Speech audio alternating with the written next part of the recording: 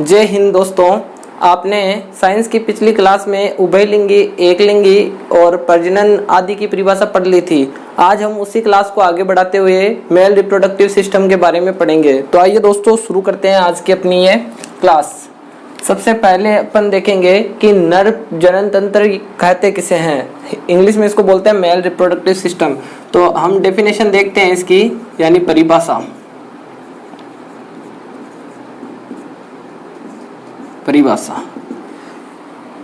तो दोस्तों क्या परिभाषा होगी। नर जनन तंत्र का सबसे मुख्य कार्य होता है नर जनन कोशिका को उत्पन्न करना। नर जनन कोशिका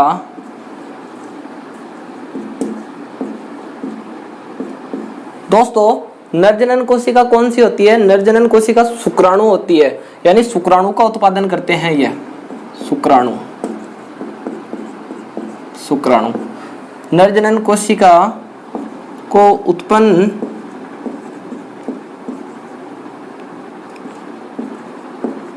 करने वाले तथा नर जनन कोशिका को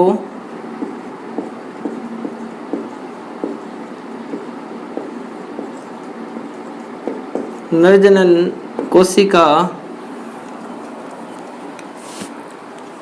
कोशिका को निषेचन के स्थान तक पहुंचाने वाले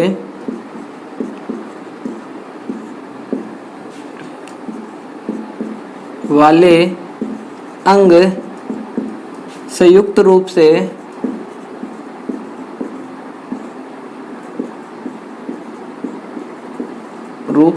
नर जनन तंत्र कहलाते हैं।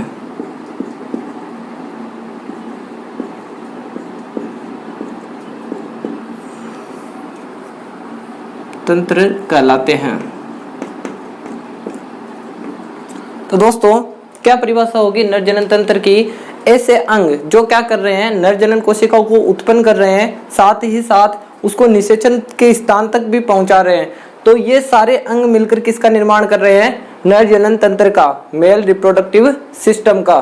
तो दोस्तों हम उन अंगों की पहले बात नहीं करेंगे, हम पहले नर जनन तंत्र का डायग्राम बनाएंगे। नामांकित चित्र बनाने के बाद हम एक एक अंगों को विस्तार से पढ़ेंगे। तो सबसे पहले अपन नर जनन तंत्र का डायग्राम बनाते हैं दोस्तों। साथ ही साथ आप इस डायग्राम को बनाना भी सीखिएगा, क्योंकि यह भी कई परीक्षाओं में महत्वपूर्ण है, बोर्ड क्लासों में भी महत्वपूर्ण है, इसलिए आप इसको भी साथ में देखिए। सबसे पहले आप इस प्रकार एक लाइन नीचे लाइए और इसको इस प्रकार कर दीजिए। फिर आपको यहाँ पे वृषण कोश, स्क्रोटम का निर्माण करना है। फिर यहाँ पे शिशन का निर्माण भी करना है, जिसे पेनिस बोलते हैं।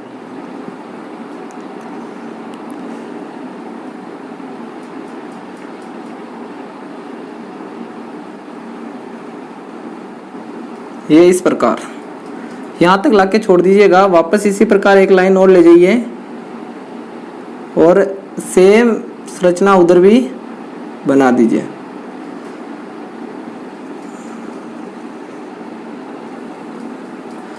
ये इस प्रकार।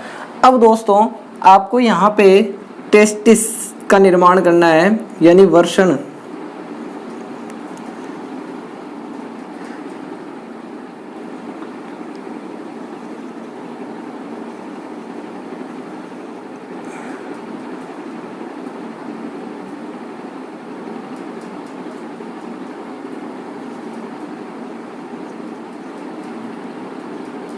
ये इस प्रकार टेस्टिस का निर्माण कर दीजिए।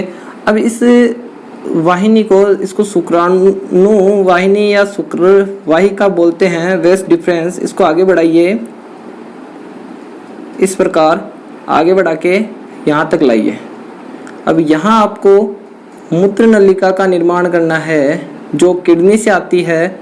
इस प्रकार आपने मूत्र नलिका बनाई और अब आपको क्या करना है, इसको इस प्रकार नीचे की ओर लाना है वापस। ये लीजिए और इसको आगे बढ़ा दीजिए इस प्रकार। अब यहाँ पे आपको मूत्राशय का निर्माण करना है।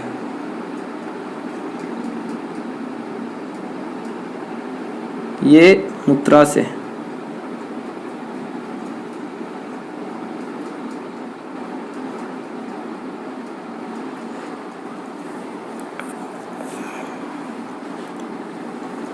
अब दोस्तों इस शुक्र वाहिनी को इस प्रकार आगे बढ़ाइए और यहाँ पे एक शुक्राशय का निर्माण कर दीजिए। ये आपने शुक्राशय बना दिया। अब जो ये मूत्र वाहिनी है इसको यहाँ से यहाँ तक लाइए और इसको इससे मिला दीजिए। आगे फिर यहाँ पे ये दोनों सम्मिलित रूप से आगे बढ़ेगी और यहाँ पे एक शुक्राशय और बना दीजिए, जिसको इंग्लिश में सेमिनल वेसिकल बोलते हैं, और इसको इस प्रकार इसमें मिला दीजिए। यहाँ पे एक ग्रंथि होती है जिसको प्रोस्टेट ग्लैंड बोलते हैं या प्रोस्टेट ग्रंथि बोला जाता है। ये इस प्रकार आपका दोस्तों जो डायग्राम है वो तैयार हो जाएगा। दोस्तों आपने जो ये डायग्राम बनाया है इसमें आपको सभी अंगों के नाम भी लिखने हैं, यानी सभी अंगों का नामकरण करना है। तो दोस्तों मैं आपको हिंदी और इंग्लिश दोनों में नाम लिखवाऊंगा ताकि इंग्लिश मीडियम वालों को भी कोई दिक्कत ना हो। यहाँ से शुरू करते हैं दोस्तों। ये जो अंदर की ओर है इसको बोलते हैं वर्षण, हिंदी में। इंग्लिश में बोला जाता है टेस्टिस। टेस्टिस। ये जो थैलीनुमा संरचना है इसको बोला जाता है वर्षण कोश। वर्षण कोश, या आप इसको इंग्लिश में स्क्रोटम भी बोल सकते हैं। Scrotum, scrotum. और ये जो आपका अंग होगा इसको बोला जाता है अधिवर्षण, यानी जो कुंडली दिखाई दे रहा है ये इस प्रकार, ये होगा अधिवर्षण। अधिवर्षण। इसको इंग्लिश में बोला जाता है एपिडिडिमिस। Epididymis, EPIDIDYMIS, epididymis. आराम से 2-3 बार याद कीजिए, याद हो जाएगा। एपिडिडिमिस। अब जो आगे इस प्रकार ये नलिका जा रही है इसको बोला जाता है शुक्र वाहिका, शुक्र वाहिनी या शुक्र वाहिका, शुक्र वाहिका या शुक्र वाहिनी। इसको इंग्लिश में दोस्तों वेस डिफरेंस बोला जाता है। वेस डिफरेंस, वेस डिफरेंस। ये हो जाएगी वेस डिफरेंस, शुक्र वाहिका। और ये जो नलिका आती है इसको मूत्र वाहिनी बोला जाता है। ये दोस्तों किडनी से आती है। कहाँ से आती है? किडनी से आती है मूत्र वाहिका। मूत्र वाहिका। मूत्र वाहिका के बारे में दोस्तों मैंने अपने चैनल पे एक वीडियो डाल रखा है उत्सर्जन तंत्र से। उत्सर्जन तंत्र में अच्छे से मूत्र वाहिका, किडनी को समझाया गया है और इनके कार्य को भी समझाया गया है। तो अगर आपको मूत्र वाहिका के बारे में और किडनी के बारे में पढ़ना है तो आप उस वीडियो को देख सकते हैं। मैं उसका लिंक आई बटन में भी दे दूंगा। मूत्र वाहिका को इंग्लिश में यूरेटर बोला जाता है। यूरेटर, यूरेटर मूत्र वाहिका होती है। अब दोस्तों ये जो दो छोटी छोटी संरचनाएं दिखाई दे रही है इनको बोला जाता है शुक्राशय। शुक्राशय, शुक्राशय को इंग्लिश में सेमिनल वेसिकल बोलते हैं। सेमिनल वेसिकल, सेमिनल वेसिकल, यह है शुक्राशय। अब दोस्तों ये जो आगे आपको ये दिखाई दे रहा है ये है मूत्राशय। मूत्राशय भी आपको दोस्तों उत्सर्जन तंत्र में पढ़ाया गया है, तो आप वो वीडियो आराम से देख सकते हैं। मूत्राशय को इंग्लिश में यूरिनरी ब्लैडर कहते हैं।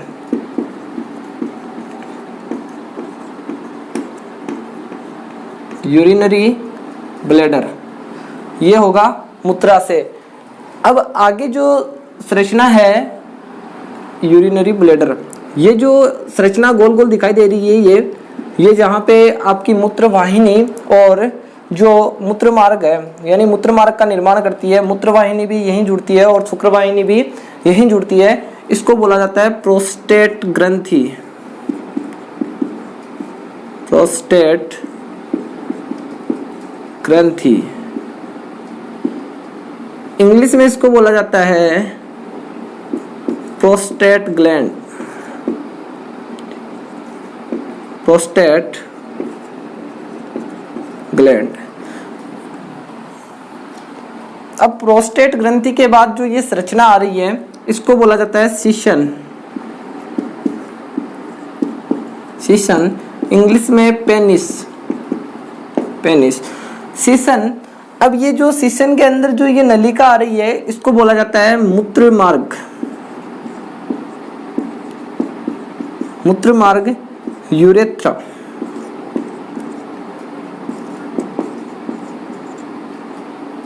यूरेथ्रा, इंग्लिश में मूत्र मार्ग को यूरेथ्रा बोला जाता है। तो दोस्तों यही मुख्य अंग है नर जनन तंत्र के अंदर। आप आसानी से इस डायग्राम को बना सकते हैं, मैंने आपको बनाना सिखाया है, एक दो बार वीडियो को रिवाइज करके देखना, आप आसानी से इस डायग्राम को बना लेंगे। साथ में आपको ये नाम भी आसानी से याद हो जाएंगे। अब हम बारी बारी इन अंगों को पढ़ते हैं। सबसे पहला अपन जो अंग पढ़ेंगे, सबसे पहला अंग जो पढ़ेंगे वो दोस्तों वृषण पढ़ेंगे। ये तो सबसे पहले वृषण के बारे में पढ़ते हैं। वृषण, वृषण, साथ में वृषण कोश भी पढ़ते हैं। वृषण एवं वृषण कोश।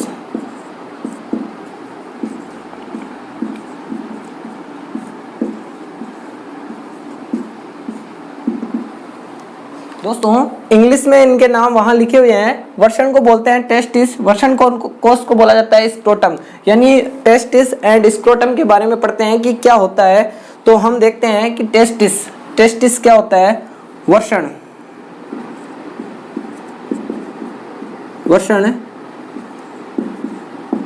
शुक्राणु का निर्माण करता है। यानी शुक्राणु क्या है, नरजनन कोशिका का निर्माण करता है। वृषण शुक्राणु का निर्माण करता है।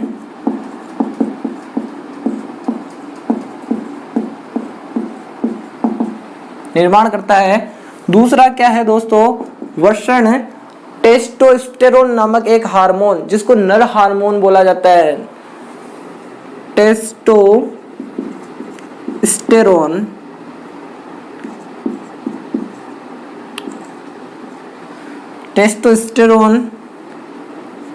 हार्मोन का निर्माण करता है। यानी वृषण के दो मुख्य कार्य यही है। वृषण, ये जो संरचना आपको दिखाई दे रही है दोस्तों यहाँ पे गोल गोल, ये जो संरचना दिखाई दे रही है दोस्तों आपको गोल गोल, ये वृषण है, इसको वृषण बोला जाता है। और ये जो इसके ऊपर ये जो कुंडली संरचना है ये अधिवृषण होता है। तो दोस्तों वृषण का क्या कार्य है, शुक्राणुओं का निर्माण करना, टेस्टोस्टेरोन हार्मोन का निर्माण करना। टेस्टोस्टेरोन नर जनन हार्मोन होता है। अपन ने दोस्तों वृषण की जो कार्य है वो पढ़े हैं। अब हम देखते हैं टेस्टोस्टेरोन हार्मोन का क्या कार्य है। तो टेस्टोस्टेरोन हार्मोन क्या करता है,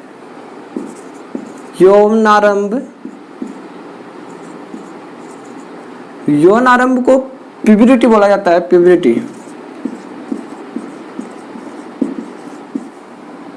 प्यूबरिटी यौनारंभ के लक्षणों को नियंत्रित करना।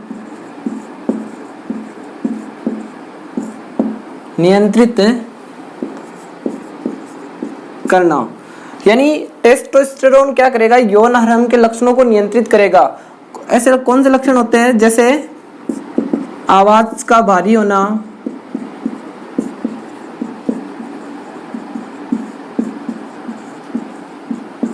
दाढ़ी मूंछ आना,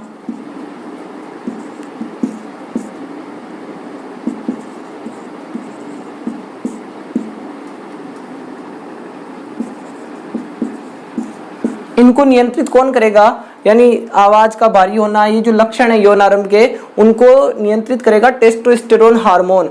और एक कार्य और है दोस्तों इसका, शुक्राणु उत्पादन का भी नियंत्रण करता है। शुक्राणु उत्पादन का नियंत्रण भी यही करता है, का नियंत्रण करना।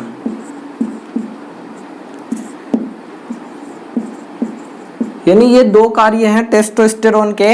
एक तो यौन आरंभ के लक्षण यानी प्यूबरिटी के जो लक्षण है उनको नियंत्रित करना, दूसरा शुक्राणु उत्पादन का नियंत्रण करना। दोस्तों ये जो टेस्टोस्टेरोन हार्मोन होता है इसके अंदर क्या होता है, स्मेल होती है यानी गंध होती है। आपने कई बार देखा होगा जो कुत्ते हैं वो क्या करते हैं, किसी मोटरसाइकिल का पीछा करते हैं यानी उसके पीछे दौड़ते हैं। अब वो उसके पीछे क्यों दौड़ रहे हैं, उसका कारण ये है कि कई बार मोटरसाइकिल अपन जहाँ पार्क करते हैं वहां पर कोई कुत्ता आकर उसके ऊपर क्या करता है, पेशाब कर देता है। यानी पेशाब करने से क्या होता है, वो उसके अंदर जो पेशाब है वो तो 10 मिनट में सूख जाता है, लेकिन जो टेस्टोस्टेरोन की गंध होती है वो उसके अंदर रह जाती है। जिसके कारण क्या होता है, जैसे ही वह मोटरसाइकिल दूसरे एरिया में जाती है तो दूसरे एरिया के कुत्ते क्या सोचते हैं कि कोई दूसरा कुत्ता हमारे इलाके में आ गया है, इसलिए वह उस मोटरसाइकिल का पीछा करते हैं। यानी जो कुत्ते हैं वो अपना इलाका बनाते हैं, तो उस इलाका बनाने के कारण जो कुत्ते हैं दूसरे इलाके के कुत्ते क्या सोचते हैं कि हमारे इलाके के अंदर किसी दूसरे इलाके के कुत्ते ने प्रवेश किया है। वो टेस्टोस्टेरोन की गंध से उस मोटरसाइकिल के पीछे दौड़ते हैं। कुत्तों में यह गंध ज्यादा होती है मानव की तुलना में, इसलिए। तो दोस्तों टेस्टोस्टेरोन के मुख्य कार्य आपको समझ में आ गए। यौन आरंभ के लक्षणों को नियंत्रित करेगा, साथ ही साथ ये क्या करेगा, शुक्राणु के उत्पादन का नियंत्रण भी करेगा। अब अपन वर्षण कोष देखते हैं कि वर्षण कोष क्या होता है। वर्षण कोष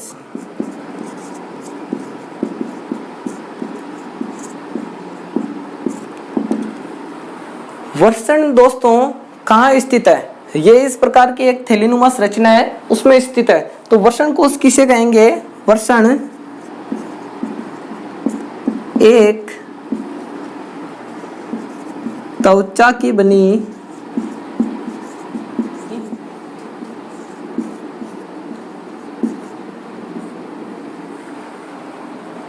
बनी थैली जैसी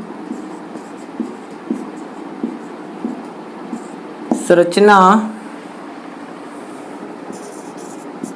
में स्थित होते हैं जो शरीर के बाहर लटकती रहती है।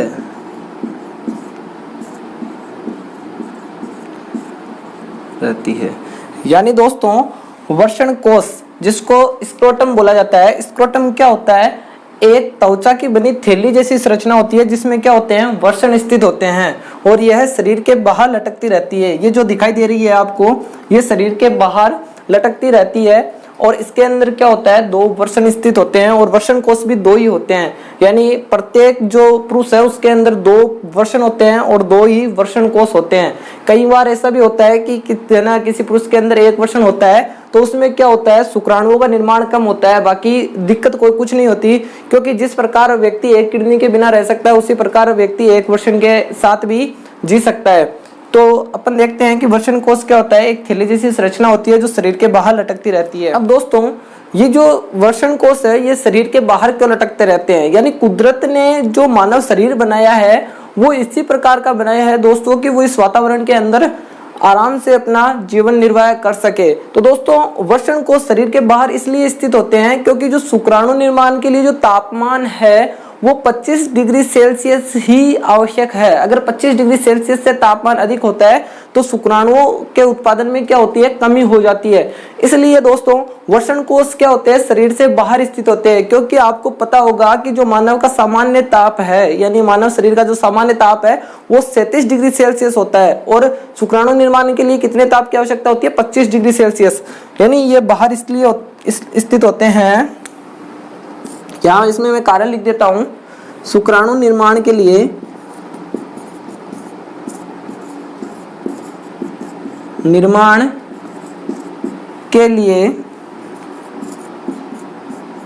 शरीर से कम ताप की आवश्यकता होती है।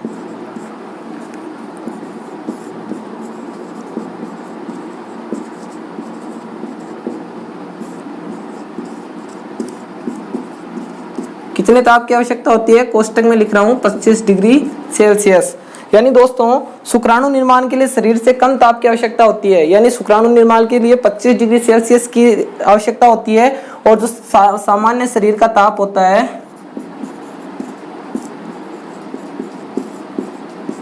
का ताप 37 डिग्री सेल्सियस होता है। कितना होता है? 37 डिग्री सेल्सियस। अगर पूछे कि मनुष्य का सामान्य शरीर का ताप कितना होता है, 37 डिग्री सेल्सियस होता है। इससे ज्यादा बुखार के लक्षण भी हो सकते हैं। तो शुक्राणु निर्माण के लिए 25 डिग्री की आवश्यकता होती है और शरीर का क्या होता है? 37 डिग्री होता है। इसलिए ये जो वर्ण कोश है वो क्या होता है? शरीर के बाहर लटकते रहते हैं। आपकी जानकारी के लिए एक और बात, जो वर्ण कोश है दोस्तों, वह क्या होता है? जैसे ही ताप बढ़ता है, यानी बाहर गर्मी के दिन है अभी, तो गर्मी के मौसम में ये वर्ण कोश क्या होंगे? तापमान ज्यादा होगा तो ये बाहर की ओर लटकेंगे, यानी ये क्या करेंगे? वृद्धि करेंगे अपने आकार में। और अगर क्या होता है? तापमान बाहर का कम होता है, यानी सर्दी होती है, तो ये सिकुड़ जाते हैं, यानी जो वर्ण कोश है वो सिकुड़ जाते हैं। अब अपन दोस्तों, अपन ने वर्ण एवं वर्ण कोश देख लिया कि वर्ण और वर्ण कोश क्या है, इनके कार्य क्या है, नरजनन तंत्र में इनकी क्या भूमिका है। आगे अपन देखते हैं अधिवर्ण, वर्ण, वर्ण कोश, अधिवर्ण। अब अपन अधिवर्ण के बारे में भी देखते हैं कि अधिवर्ण क्या होता है। तो अपनी जो नेक्स्ट हेडिंग है वो है अधिवर्ण। अधिवर्ण को इंग्लिश में दोस्तों याद कर लेना, एपिडिडमिस बोला जाता है। एपिडिडमिस, एपिडिडमिस का मतलब है अधिवर्ण। तो इसका जो कार्य है वो क्या है दोस्तों? अधिवर्ण क्या है? सबसे पहला तो देखो कि 6 मीटर लंबी एक कुंडलित नलिका होती है। यह 6 मीटर लंबी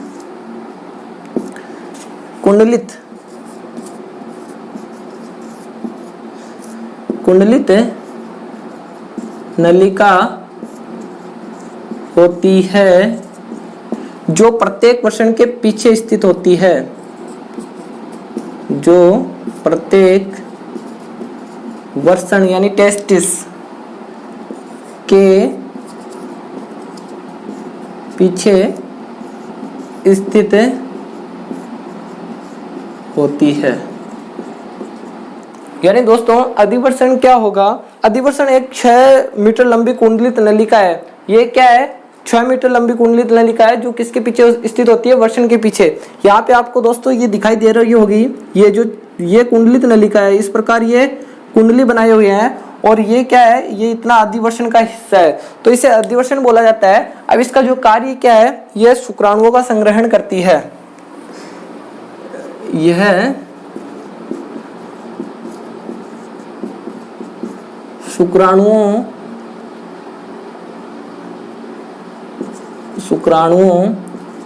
का संग्रहण करती है। यानी एपिडिडमिस अधिवर्ण क्या करता है? शुक्राणुओं का संग्रहण करता है। अब आगे अपन बात करते हैं, अधिवर्ण के बाद आता है शुक्रवाहिका, यानी अपन इसको बोल सकते हैं वेस डिफरेंस। तो अगला अपन पढ़ेंगे वेस डिफरेंस कि वेस डिफरेंस क्या होता है।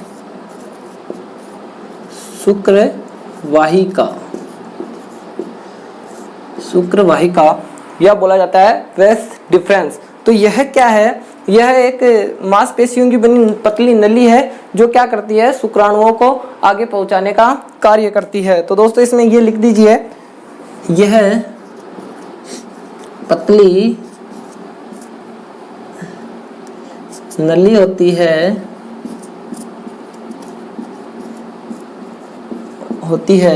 जिसकी भित्तियां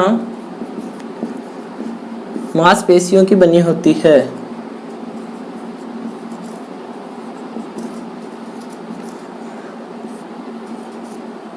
मांसपेशियों की बनी होती है।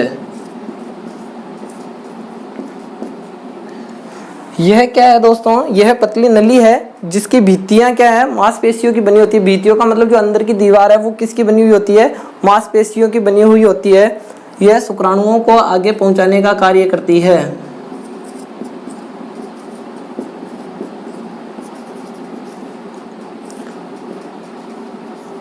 यह शुक्राणुओं को आगे कहां पहुंचाएगी दोस्तों? अधिवर्ण से शुक्राणुओं को लिया और शुक्राशय तक पहुंचाने का कार्य करती है। यह शुक्राणुओं को आगे पहुंचाने का कार्य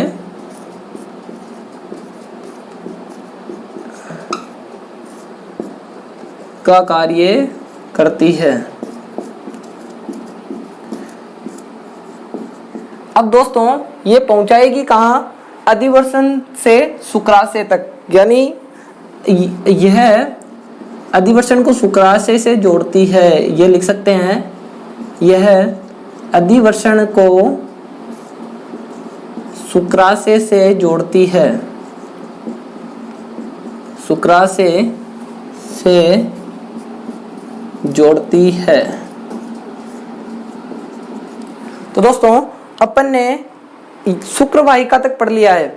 अब अपन शुक्राशय के बारे में पढ़ेंगे कि शुक्राशय क्या होता है। उसके बाद प्रोस्टेट ग्रंथि। एक बार आप क्या कीजिए, इसका स्क्रीनशॉट लेकर रख लीजिए, बाद में आप इसके नोट्स अच्छे से बना लीजिएगा।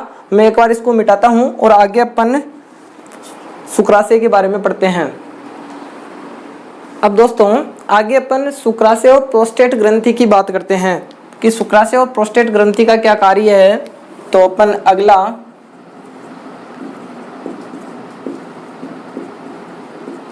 शुक्राशय और प्रोस्टेट ग्रंथि, इसके बारे में देखते हैं। दोस्तों शुक्राशय नाम से पता चल रहा है कि यह क्या करेगा, शुक्राणुओं का संग्रहण करेगा। यानी शुक्राशय और प्रोस्टेट ग्रंथि क्या करती है, वीर्य निर्माण करती है। वीर्य निर्माण दोस्तों, वीर्य क्या होता है, द्रव पदार्थ होता है जिसके अंदर शुक्राणु स्थित होते हैं। अब शुक्राणु एक अलग संरचना है, शुक्राणु जो है वह वीर्य नहीं है, यानी उसके अंदर क्या होता है, वीर्य के अंदर शुक्राणु स्थित होते हैं। तो ये शुक्राशय क्या करता है, इस प्रकार का एक स्राव छोड़ता है जो क्या करता है, जो शुक्राणु है उनको तरल माध्यम में कर देता है, जिसके कारण शुक्राणु क्या होते हैं, आसानी से स्थानांतरित हो सकते हैं। और वह जो स्राव है वो इस शुक्राणुओं को क्या करता है, पोषण प्रदान भी करता है। तो अपन इसमें देखते हैं, इसमें लिख लेते हैं प्रोस्टेट ग्रंथि वीर्य सेमन बोला जाता है इसको, वीर्य का निर्माण करती है,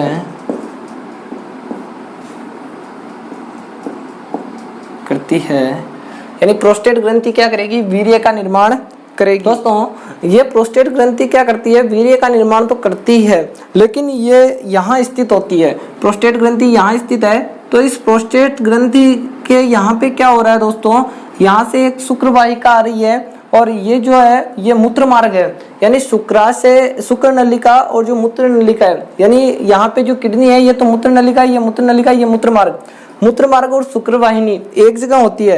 यानी एक ही रास्ते से क्या होता है, वीर्य निकलता है, यानी इसी रास्ते से क्या होगा, वीर्य का स्खलन होगा, यानी वीर्य निकलेगा। और इसी रास्ते से क्या होता है दोस्तों, मूत्र का निष्कासन भी होता है। यानी मूत्र मार्ग क्या करता है, मूत्र को शरीर से बाहर छोड़ने का कार्य करता है। तो दोस्तों यह जो प्रोस्टेट ग्रंथि है ये क्या करती है, नियंत्रित करती है कि जब क्या होता है, शुक्राणुओं का निष्कासन हो रहा होता है या शुक्राणु क्या हो रहे होते हैं, निकल रहे होते हैं, तब यह क्या करती है, मूत्र को रोक देती है। और जब मूत्र का निष्कासन हो रहा होता है तब ये क्या करती है, शुक्राणुओं को रोक देती है। पुरुषों में दोस्तों सामान्य तौर पे प्रोस्टेट कैंसर पाया जाता है, यानी जो सामान्य कैंसर होता है वह क्या होता है, प्रोस्टेट कैंसर होता है, जिसके अंदर यह क्या होती है, अधिक वृद्धि करने लग जाती है। और कई बार क्या होता है कि रात्रि में जिनकी प्रोस्टेट ग्रंथि कमजोर हो जाती है, जिन पुरुषों की, तो रात्रि में क्या होता है, वीर्य स्खलन, यानी जिसको बोला जाता है नाइट फॉल इंग्लिश में, तो नाइट फॉल भी हो सकता है। ये प्रोस्टेट ग्रंथि कमजोर होने के कारण होता है। तो दोस्तों अपन ने बात की प्रोस्टेट ग्रंथि की, ये क्या करेगी, वीर्य का निर्माण करेगी। और एक और लिख लेते हैं इनके बारे में, प्रोस्टेट ग्रंथि वीर्य का निर्माण करती है और शुक्राशय और प्रोस्टेट ग्रंथि, शुक्राशय और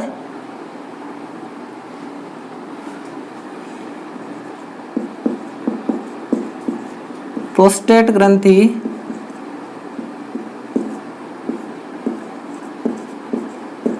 अपने स्राव, अपन शुक्र वाहिनी भी कह सकते हैं इसको और मूत्र मार्ग भी कह सकते हैं।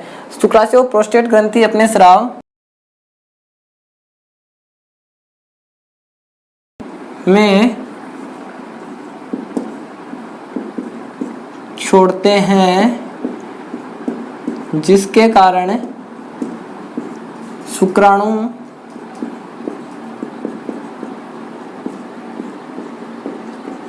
तरल माध्यम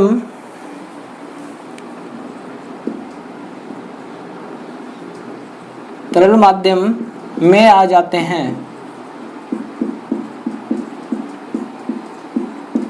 तरल माध्यम में आ जाते हैं, यानी जो शुक्राशय है और जो ये प्रोस्टेट ग्रंथि है, यह क्या करेगी, अपने जो स्राव है, यानी ये शुक्राशय भी यहाँ छोड़ेंगे और ये जो प्रोस्टेट ग्रंथि है वो भी अपने जो स्राव है वो यहाँ छोड़ेगी, जिसके कारण क्या होगा, जो शुक्राणु वो तरल माध्यम में आ जाएंगे और तरल माध्यम में आने के कारण क्या होगा, ये आसानी से स्थानांतरित हो सकते हैं। यह स्राव उनको पोषण प्रदान करता है, उनको पोषण प्रदान करता है,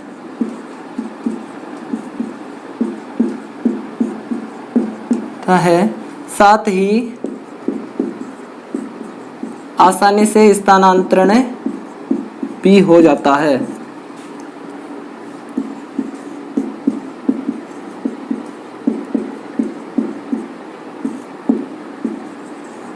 भी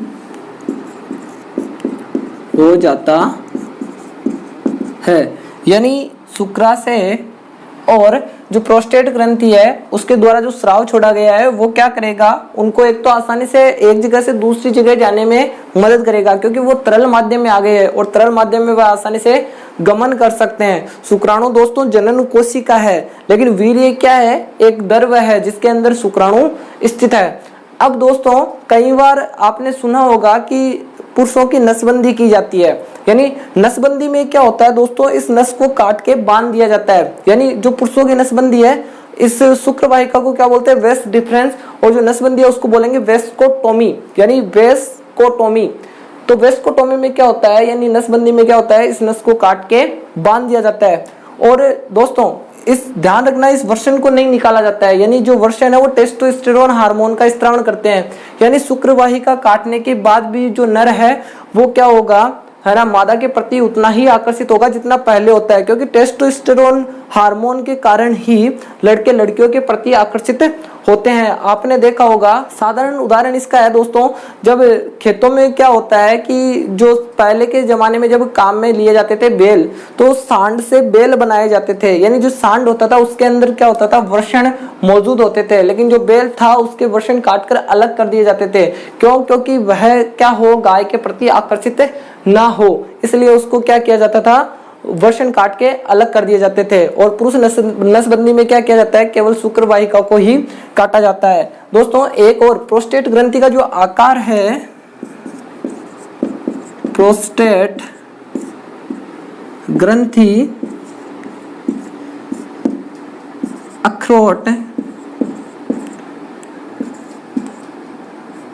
अखरोट या गोल सुपारी जैसी होती है, सुपारी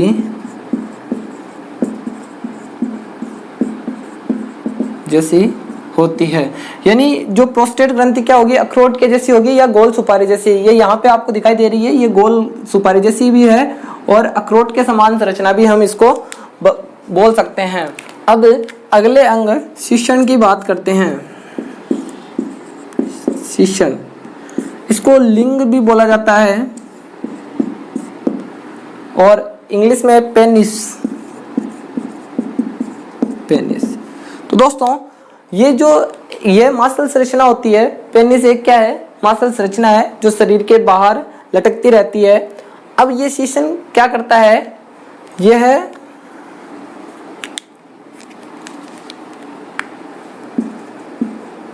यह नर का संभोग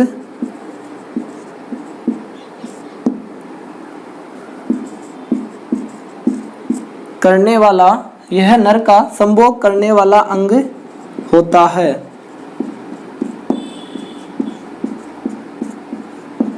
यह दोस्तों मासल संरचना है और यह क्या है, नर का संभोग करने वाला अंग है। यानी नर क्या करता है, इससे संभोग की क्रिया करता है। सेक्स जो होता है वो शिशन के द्वारा होता है। अब अपन इसके सामान्य आकार की बात करते हैं, शिशन के सामान्य आकार की। सामान्य आकार, तो दोस्तों इसका आकार, एक तो इसकी लंबाई और एक इसकी परिधि देखी जाती है। तो अपन बात करते हैं लंबाई की। शिथिल अवस्था में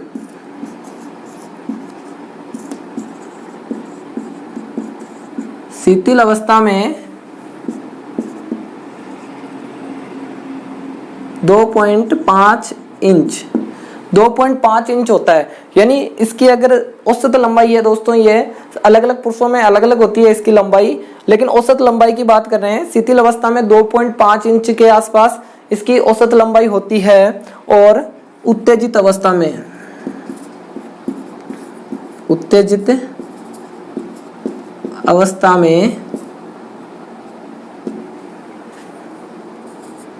5.7 इंच। यानी उत्तेजित अवस्था में इसकी लंबाई होगी 5.7 इंच, जो तकरीबन 13 सेंटीमीटर के आसपास होती है, और शिथिल अवस्था में 2.5 इंच इसकी लंबाई होती है। तो दोस्तों अलग अलग पुरुषों में ये जो लंबाई है वो अलग अलग प्रकार की होती है। अब दोस्तों ये जो शिशन है उसका कार्य क्या है, शिशन के 2 कार्य हैं। यह क्या करता है, एक तो मूत्र को शरीर से बाहर निष्कासित करने में मदद करता है। यानी मूत्र को शरीर से बाहर निष्कासित करता है, मूत्र को शरीर से बाहर निष्कासित करता है।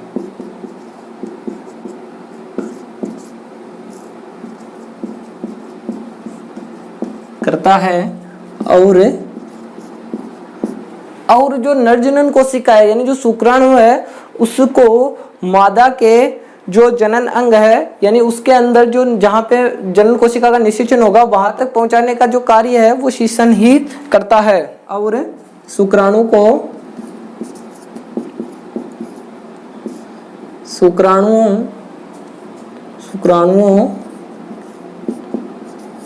को निषेचन के स्थान तक पहुंचाता है। यानी शिशन क्या करेगा दोस्तों, जो मूत्र है उसको शरीर से बाहर निष्कासित करेगा, साथ ही शुक्राणुओं को भी शरीर से बाहर निकालने का कार्य करता है। यानी शुक्राणुओं का क्या करेगा, निषेचन के स्थान तक पहुंचाएगा। दोस्तों अब हम देखते हैं कि जो शुक्राणु है वो क्या है। यानी अपन ने बार बार बात की शुक्राणु, तो शुक्राणु की संरचना किस प्रकार की होती है। जो शुक्राणु है उसकी संरचना, एक शुक्राणु की संरचना इस प्रकार की होती है दोस्तों। यानी ये यहाँ पे इसकी पूंछ होती है इस प्रकार, फिर ये इसका हेड होता है। यानी एक शुक्राणु ये इस प्रकार का होता है। अब इसके अंदर क्या होता है, 3 भाग हो जाते हैं। ये इसका पूंछ हो जाती है, टेल, और ये इसका जो मध्य भाग होता है, इसको कॉलर भी हो सकता है, और ये इसका अग्रभाग। यानी ये इस प्रकार की कोशिका होती है जो क्या करती है, जनन में सहायक होती है। आगे चलकर यही क्या करती है, शिशु का निर्माण करती है ओवम के साथ निषेचित होकर, यानी फर्टिलाइजेशन के। सामान्य जानकारी के लिए दोस्तों मैं आपको बताता हूं कि जो सामान्य पुरुष है उसके अंदर एक बार में कितना ml जो वीर्य है वो निष्कासित होता है, 7 ml वीर्य बनता है। 7 ml वीर्य बनता है जिसमें लाखों शुक्राणु होते हैं। अब दोस्तों अगर 7 ml वीर्य से कम वीर्य बनता है तो अगर शुक्राणुओं की संख्या क्या होगी, कम होगी। कई बार क्या होता है दोस्तों, जो पुरुष है बिना सेक्स के ही सेक्स की फीलिंग लेता है, जिसको मास्टरबेशन बोला जाता है या हस्तमैथुन करना बोला जाता है, जिसके कारण क्या होता है, हस्तमैथुन के कारण ये जो वीर्य है उसका नाश होता है, वीर्य नाश होता है, जिसके कारण धीरे धीरे क्या होता है, शुक्राणुओं की कमी आ जाती है। और कई बार जो प्रोस्टेट ग्रंथि है वो बढ़कर स्वेलन हो जाती है, उसके अंदर सूजन हो जाती है, जिसके कारण प्रोस्टेट ग्रंथि है ना खराब भी हो सकती है और उसके अंदर कैंसर भी हो सकता है। तो दोस्तों आज की जो अपनी ये नर जनन तंत्र मेल रिप्रोडक्टिव सिस्टम की जो क्लास है वो यहीं समाप्त होती है। अगली क्लास में हम फीमेल रिप्रोडक्टिव सिस्टम के बारे में पढ़ेंगे। दोस्तों अगर आपको ये वीडियो पसंद आया तो इसको लाइक जरूर कीजिएगा और जो आपके दोस्त वगैरह जो तैयारी कर रहे हैं उनके साथ जरूर शेयर कीजिएगा और कमेंट करके बताइएगा कोई अगर कमी रह रही है। और दोस्तों हमारे चैनल को सब्सक्राइब कीजिएगा, साथ ही बेल आइकन को ऑल पर सेट कर लीजिए ताकि अगली क्लास की नोटिफिकेशन आपके पास सबसे पहले आए। जय हिंद दोस्तों। अब मिलेंगे नेक्स्ट वीडियो में फीमेल रिप्रोडक्टिव सिस्टम।